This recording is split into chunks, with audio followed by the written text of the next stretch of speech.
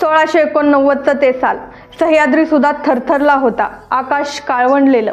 छत्रपती संभाजी महाराजांची क्रूरपणे हत्या करण्यात आली होती. स्वराज्याच्या पाठीत स्वकीयांनीच गद्दारीचा खंजीर खुपसला होता. औरंगजेबाला वाटलं आता मराठे संपले, स्वराज्य संपलं, स्वराज्याची राख रांगोळी झाली.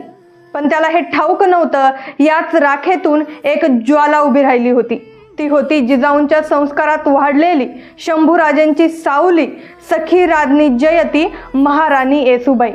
एकीकडं सागरा एवढं दुःख, पती गमावलेला, दुसरीकडं छत्रपती शिवाजी महाराजांनी उभारलेलं स्वराज्य संकटात. रयत हतबल, रायगडाला जुल्फिकार खानानं वेढा दिलेला, स्वराज्याच्या दारात मृत्यू उभा. अशा परिस्थितीतही त्या खचल्या नाहीत. त्या उभा राहिल्या धैर्याचा किल्ला बनून. आणि त्यांनी ताबडतोब राजाराम महाराजांचं मंचारोहण करून घेतलं आणि त्यांना जुल्फिकार खानाच्या वेड्यातून बाहेर काढलं आणि स्वतः मात्र युवराज शाहू राजांना घेऊन कैद झाल्या.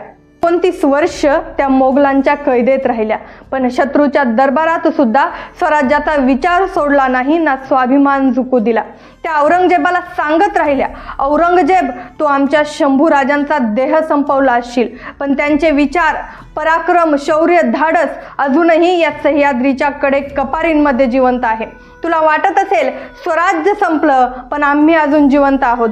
तुला याच मातीत गाडायला आणि तुझी कबर इथंच खाणायला.